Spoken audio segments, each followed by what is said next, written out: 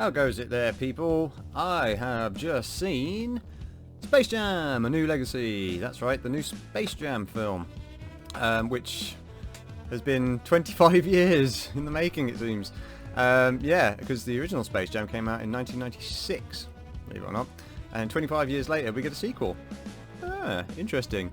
This time, the basketball legend and star that we are following is LeBron James, instead of Michael Jordan this time. And the story revolves around him and his family and his son, and how his son wants to be a game developer rather than a basketball player.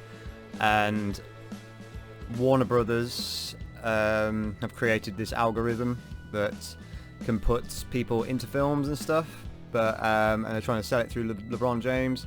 And the algorithm is actually played by Don Cheadle, so it's kind of like he's a character. And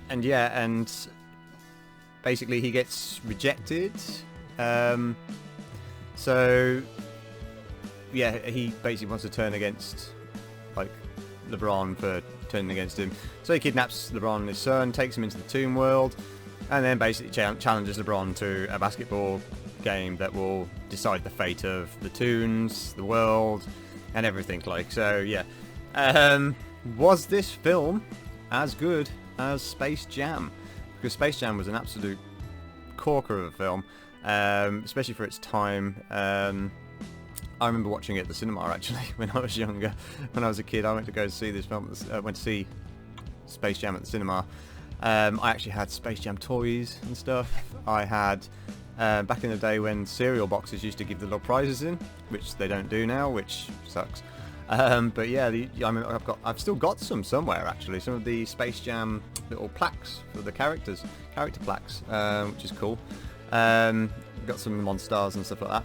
So yeah, anyway, this time around we get to see a bit more of the Warner Brothers universe, which I thought was quite interesting. So inside the computer world, the Warner Brothers franchises are broken down into their own worlds in the serververse. Don Cheadle calls it the serververse. So we get to see LeBron go to Toon World, recruit Bugs. It turns out Bugs is the only Toon left in Toon World, because all the other Toons decided they were going to bugger off and, well, discover new things about themselves and stuff, because Don Cheadle's character, Al G. Rhythm, how clever, he basically encourages the Toons to go and live their best lives, you know, and discover themselves and stuff, so they all disappear off into the different worlds. And obviously LeBron and Bugs need to compile a team, so they want to get the old squad to get back together. So they have to travel through all the different worlds and stuff like that to go and collect the characters. I mean, I know one of the previews they put online was of Granny in the Matrix world. So yeah, so you can see that online. I don't want to say too much else because I don't want to give away spoilers on this, because it's a great film. It's available on HBO Max as of today, I know that. It's in theatres in the UK. I think it's in theatres in America as well, but select theatres, but it's definitely on HBO Max, so you can watch that there in America. But I recommend going and seeing this at the cinema. It's a good, like I say, the spectacle is really, really good. You can tell, obviously, it's with the modern tech that we have and stuff like that with regards to animation and filmmaking, that this is a massive step up. Like a massive step up. The original Space Jam only came in at 1 hour and 24 minutes, around that mark, which is less than an hour and a half. Yeah, and this film is like pushing the 2 hour mark. So you're getting quite a lot more with regards to like story, character development in it as well.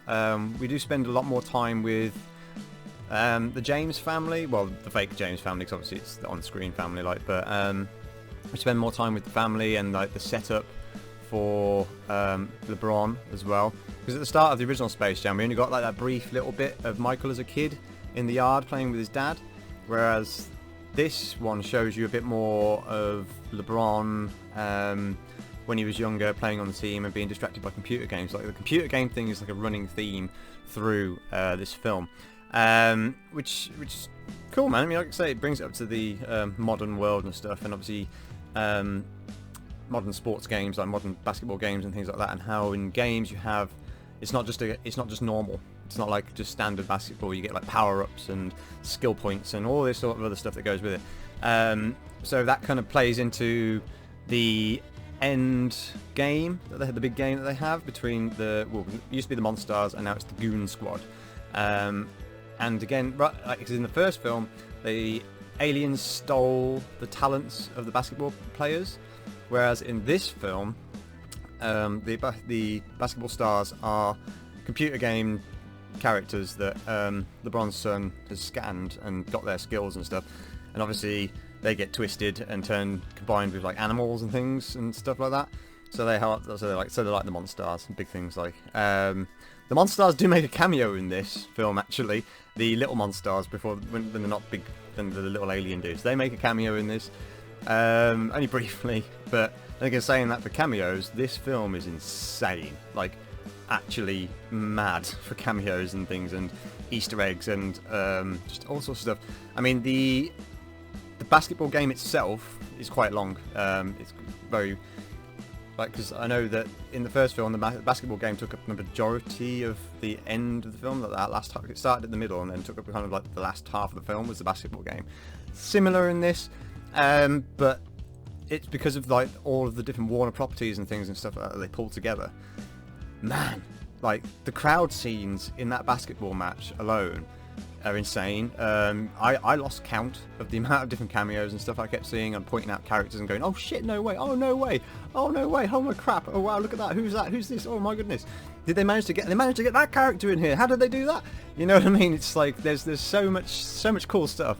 There are jokes for the adults in there, of course there are jokes for the adults in there. Looney Tunes humour, you gotta love the Looney Tunes humour. Like I say, I mean, I went to see this obviously in a daytime, the first screening today of it, and there weren't too many kids in this screening. I imagine this weekend will probably be quite busy, but the kids that were in there, gauging from their reactions to the things that were going on, they seemed to really enjoy themselves. I enjoyed myself as an adult, so that says it all. I mean, if you have got kids, it's definitely a film I recommend taking them to, especially now we're on the summer break. Yeah, just definitely worthwhile for you as an adult as well, because like I say, it's laced with adult humour. And I will say about this, LeBron James is definitely a better actor than Michael Jordan. Let's put it that way. I don't know why. LeBron seems more charismatic, I think, than Michael was. Michael was a bit wooden, but you know, LeBron's not the best actor in the world, don't get me wrong, but he does a really good job considering he's a basketball player. Like, you know, the kid that plays Dom, his son in the film, did a great job as well. Wasn't annoying or anything like that. Like, was very sympathetic. Don Cheadle as the bad guy, as Algorithm, Algorithm, was excellent. This is really funny. I mean, I love Don Cheadle. He's hilarious. And like I say, yeah, Zendaya is doing the voice of Lola Bunny this time, and that's kind of, Lola was a bit of a, her character had changed a bit. I guess it does make sense in a way, but I don't know, it just seemed a bit odd compared to watching what she was like in the first Space Jam. Because I watched the first Space Jam yesterday just to refresh myself, because it's been so many years since I watched it. And yeah, there is a very drastic difference in those characters. You can notice, but Zendaya does a great job voicing Lola. And yeah, and that, well, it feels good because it doesn't feel like they nerfed the Looney Tunes much. It feels like they kept the essence of the Looney Tunes and what they are as characters, which I thought was good. It didn't feel like they were watered down, which I was very happy to see, because I was quite worried about that, because I'm a big Looney Tunes fan. But yeah, so yeah, I mean, I don't want to say any more because I don't want to give away spoilers for it. Like I say, I recommend watching it, and I think I've said enough already, which might, you know, but yeah, watch this film. If you've got kids, I definitely recommend taking them to see it. If you've got HBO Max, it's definitely worth sticking on. Okay, out of stars, I'm going to give this 3.5 stars again. It's not quite a 4-star film, but it's definitely better than the first Space Jam, I think. I think it's a better film. It feels more fleshed out, like I say. You do get like an extra half an hour worth of runtime with this one, so yeah. But anyway, that's my review. Thank you for tuning in on this one. I hope you enjoyed it. Like I say, it's Friday today, Friday video this is, so that means tonight I'm on Karaoke Geeks on the Latino Slant. Bing! So yeah, definitely head over to Latino Slant, Paulie's awesome channel, and just tune in and have some fun with us tonight on Karaoke Geeks. You won't regret, you will not regret it. I'm going to stick a link up to Paulie's channel there. Ding! As usual, click on that and get involved. So yeah, okay, that's enough on that one. Have I got anything else I want to say? No, that's it, I think, for now. I'm going to have some more stuff coming your way soon. I have done my first in real life video, which is following me in a day of my acting. So if you want to check that out, I'll leave a link at the end of this video. And yeah, you can follow it from there. Anyway, I'm talking crap again because I'm just waffling on here just to end the video. So I'm just going to end the video. Okay, speak to you later. Bye!